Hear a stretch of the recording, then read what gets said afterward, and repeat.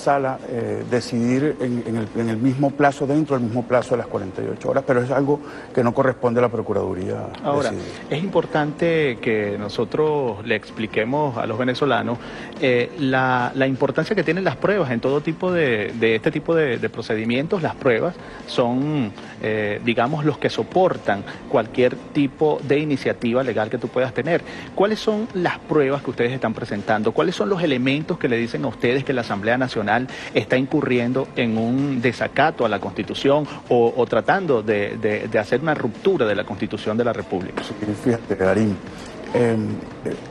la particularidad de este caso es que los hechos que se han venido sucediendo no es un hecho aislado, no es una sola situación, no es algo que tú pudieras identificar y decir el día tal ocurrió esta situación. Por el contrario, se han venido dando una cantidad de situaciones en el tiempo, incluso antes de que la Asamblea Nacional fuera juramentada en enero, a principios de enero. En el tiempo ha venido dándose sucesivamente situaciones que unidas, que integradas, cuando tú las ves de manera integrada, te das cuenta que provocan la violación de esas normas constitucionales. La ventaja acá es que casi todas esas situaciones, o todas esas situaciones son notorias, pues son comunicacionales, todo el mundo sabe que están allí. Para nadie es un secreto, por ejemplo, las recurrentes invitaciones a marchar a los poderes públicos, al CNE, a Miraflores. Fíjate, eso por sí solo no constituye un delito.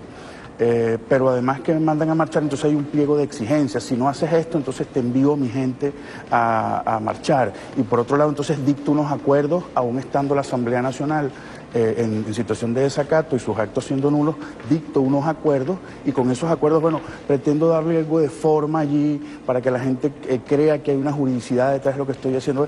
Esa serie de hechos nosotros lo documentamos en expediente y lo consignamos ayer. Ahora, el presidente de la República ha hablado de que existe en Venezuela un golpe de Estado, que hay en proceso en Venezuela un golpe de Estado desde la Asamblea Nacional. Incluso algunos voceros hablan de Carbonazo, otros voceros han hablado de un golpe un golpe legislativo como el que ha ocurrido en otras partes del mundo, específicamente en América Latina, el caso de Honduras, el caso de Paraguay. Hay ese golpe parlamentario, en ese contexto está enmarcado este amparo. Sí, fíjate, desde el punto de vista jurídico no me corresponde hoy y tal vez no sea la materia del amparo. No va a corresponder al Tribunal Supremo de Justicia decir si efectivamente hay o no hay un golpe de Estado. Sin embargo, nosotros, bueno, debemos ir a los hechos, ¿no? A la historia reciente. Durante el 2002, en abril de 2002 y después en el 2014, hubo una situación muy parecida, con sucesos casi idénticos, con la misma sucesión. Esos sucesos terminaron en un caso, bueno, en el conocido ya golpe de Estado del 2002 y en el 2014, igual que en el 2002, bueno, con pérdidas humanas, con pérdidas materiales. Eso no podemos desconocerlo. En ambos casos hubo un intento de romper el hilo constitucional. En el 2002 logró restituirse, en el 2014, bueno, actuó rápidamente el Ejecutivo Nacional y eso se contuvo. Eso es algo que nosotros no podemos dejar pasar por alto. Y en este caso específico, la Procuraduría General de la República, sobre la base de esos antecedentes, era necesario, indispensable que actuáramos. ¿El amparo tendría como orientación tratar de evitar un derramamiento de sangre en el país? Entre otras cosas, sí, efectivamente, aunque es una actuación jurídica, una actuación ante el Tribunal Supremo de Justicia, una de las primeras cosas que nosotros estamos allí intentando es que no haya violencia, o sea, evitar que la Asamblea Nacional, que otros voceros políticos continúen haciendo un llamado consistente a que si no se cumple un pliego de exigencia, un día determinado, entonces, bueno, ellos van a lanzar a la gente a la calle o van a continuar atacando el resto de los poderes públicos. A esta hora le pedimos a Reinaldo Muñoz, quien es el Procurador General de la República, escuchar esta pregunta de nuestro compañero Barry Cartaya. Adelante, Barry. Así es, hermano Arín. Saludamos al procurador y a todo el equipo, a toda la clase obrera de la Procuraduría General de la República. Amparándonos en lo que dice el Nacional y las últimas noticias del día de hoy, también el diario 2001, hay una tesis que es emanada de la oposición venezolana, procurador, y nos gustaría que usted hiciera la reflexión y la respuesta respectiva, porque han levantado la tesis de que hay una persecución, de que son 4 estados contra 4 poderes públicos contra uno solo, que es la Asamblea Nacional, y que obviamente esto lo han denunciado ante la comunidad internacional como un cerco de la Constitución a través de una posición que está liderando este poder público tan importante como lo es el Parlamento. ¿Realmente es así? Esa vocería que ha tenido la oposición venezolana, se está acercando el desarrollo del Parlamento venezolano, de igual manera el alcance que tiene este amparo, la medida, porque algunos dicen que bueno, que una muestra más de que en Venezuela se vive en una dictadura porque se está persiguiendo la disidencia dentro del Parlamento venezolano, que es uno de los poderes públicos. ¿Qué decir al respecto? Sí, yo creo que es un planteamiento absurdo, ¿no? Sobre todo si nosotros vemos nuestra Constitución. En la Constitución no hay una superposición de un poder sobre el otro. Ciertamente es una constitución presidencialista, habla de un sistema presidencialista mixto en el cual cada órgano tiene algunas funciones de control. La Asamblea Nacional tiene sus funciones de control, debe ejercerlas dentro del marco constitucional. No hay una confrontación, no es que el resto de los poderes se confrontan con la Asamblea, sino que se ha exacerbado la función de control de la Asamblea Nacional. Ha tratado de superar lo que la Constitución escribió.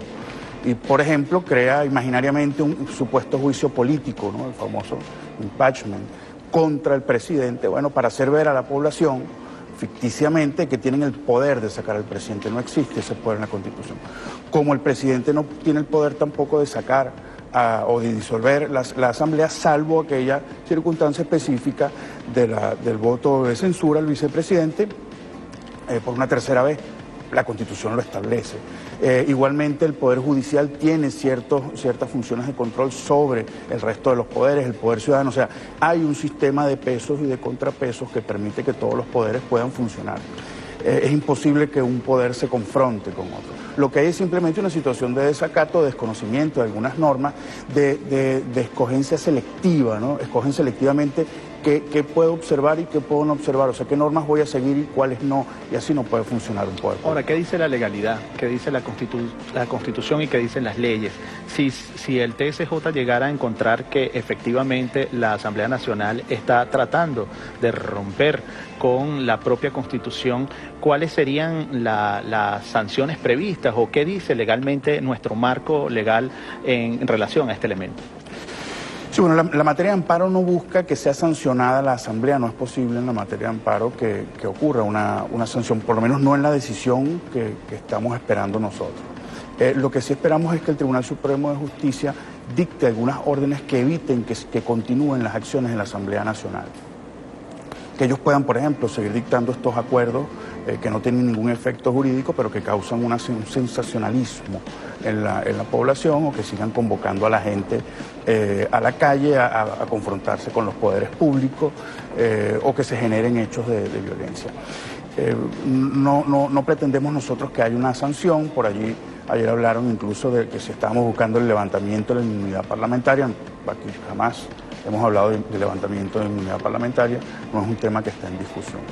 Lo que se busca es cautelarmente, de manera preventiva, evitar que eso siga ocurriendo. Ahora, se trata de sentar un precedente tomando en consideración que existe una historia de la oposición venezolana. La oposición venezolana ha tenido, tiene una historia, incluso usted comentaba, abril del 2002, hablaba de ese momento que llamaron las guarimbas terroristas el año 2014, y alrededor de estos temas vamos a hablar en la próxima parte con esta entrevista con el Procurador General de la República aquí en La Pauta de hoy. Ya venimos.